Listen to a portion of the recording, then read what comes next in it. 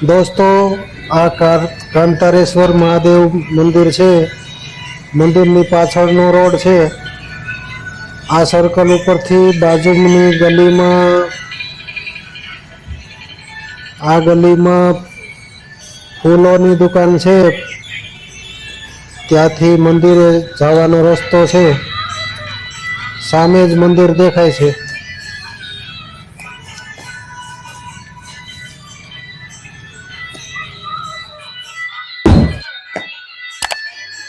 तापी नदीना कांठे वसेलू आ सूरत शहर अनेक पौराणिक स्थापत्यों, मंदिरों, ऐतिहासिक धरोहरनो उजळो इतिहास धरावे छे।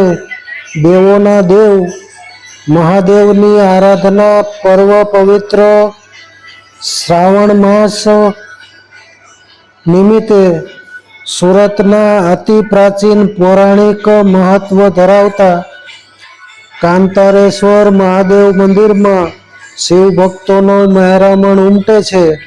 मंदिरનું प्राचीन स्थापत्य, शिवलिंग, जलकुंड अने नदी અહીં વર્ષોથી પૂર્વવત સ્થિતિમાં બિરાજિત છે। આ મંદિર ધાર્મિક પ્રવાસન સ્થળ તરીકે પણ વર્ષોથી લોકપ્રિય છે। कांतारेश्वर महादेव मंदिर में श्रावण मासना प्रथम दिवसथी ज शिव भक्तों भारे घसारो जोवा मळे छे। बीलीपत्र, पुष्प, दूध अने शुद्ध जलथी देवादिदेव महादेवनो शिवलिंग पर अभिषेक करवा माटे भक्तोनी लांबी लांबी कतार लागे छे। सूरत शहर कतारगाम स्थित कांतारेश्वर महादेव मंदिर साथे अनेक ऐतिहासिक अने रोमांचक पुरातन गाथा जोड़ायेली छे। जे मुजब प्राचीन सूर्यपुर अने आजनी सूरत नगरी जल प्रलय में संपूर्णपणे डूबी जता पेटाळ में समाई गई हती। तापी नदीનું વહેણ બદલાયું હતું। પોતાના માર્ગથી ફંટાઈને વહેવા લાગી હતી। નદીના માર્ગમાં કાંટાવાળી ઝાડીઓ કંતાર ઉગી નીકળી હતી। ભગવાન કપિલ મુનિએ કાંતારની ઝાડીઓમાં આશ્રમ બનાવ્યો હતો અને आ स्थल पर रहीने कपिल मुनिए भगवान सूर्यनी कठिन तपस्या द्वारा आराधना करी हती। कपिल मुनिना तपथी प्रसन्न थई भगवान सूर्यनारायणे तेमने इच्छित वरदान मागवा कह्युं हतुं। ए सूर्यनारायण ने आश्रम पर ज निवास करवा मांगणी करी।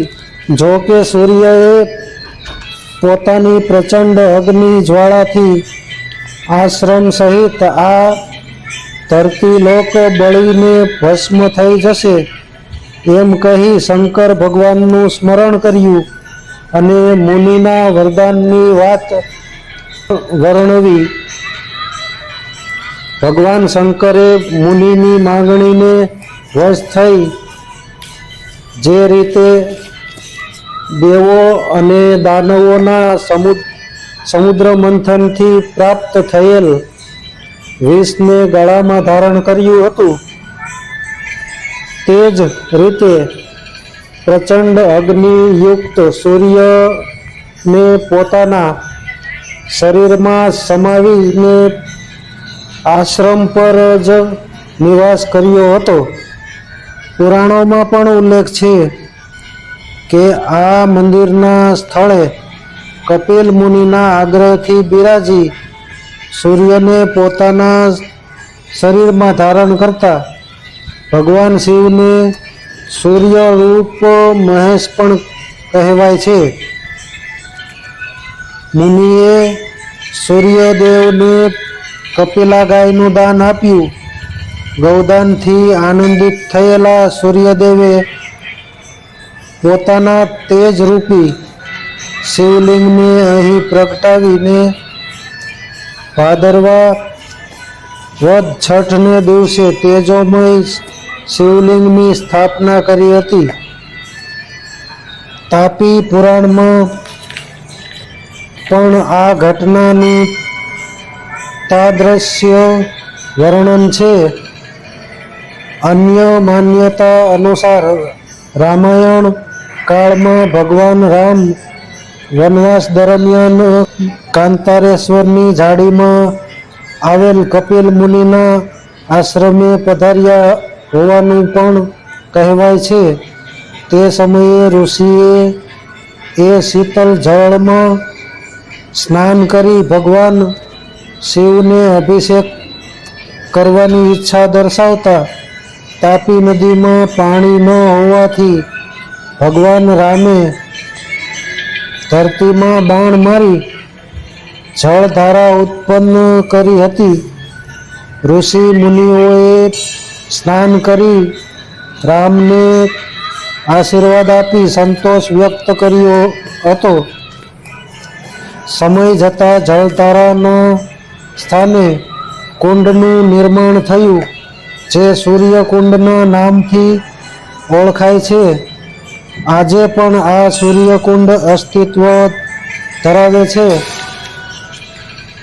તાપી પુરાણમાં ભગવાન સૂર્યનારાયણે કાંતારેશ્વર મંદિરનું મહાત્મ્ય વર્ણવ્યું છે. સુરતના આ સૌથી પ્રાચીન અને મહાદેવ મંદિરની સ્થાપના સતયુગ, ત્રેતા કે દ્વાપર યુગમાં થયેલી હોવાની લોકમાન્યતા પ્રચલિત છે. કાંતારેશ્વર મહાદેવમાં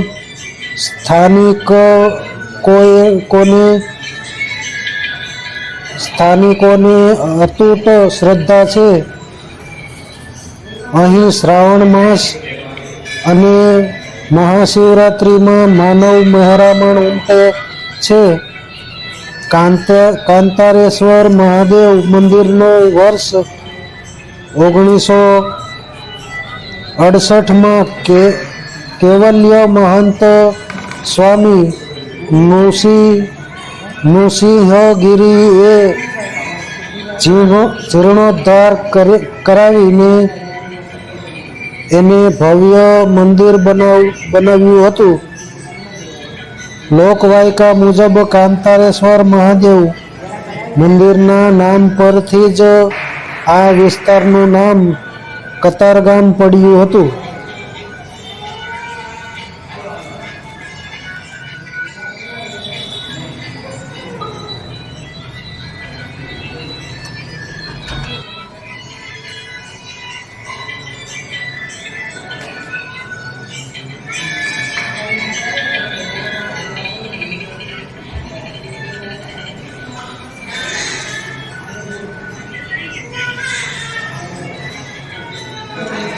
આ છે કાંતારેશ્વર મંદિરનો ઇતિહાસ. જો આ કાંતારેશ્વર મહાદેવનું શિવલિંગ છે. દોસ્તો, તમને વિડીયો ગમ્યો હોય તો સબસ્ક્રાઈબ કરી લેજો ને દોસ્તો કમેન્ટમાં લખજો હર હર મહાદેવ. લાઈક કરવાનું ભૂલતા નહીં. તો દોસ્તો, આજનો વિડીયો અહીં સમાપ્ત કરીએ છીએ. જય શ્રી રામ, જય શ્રી કૃષ્ણ, હર હર મહાદેવ.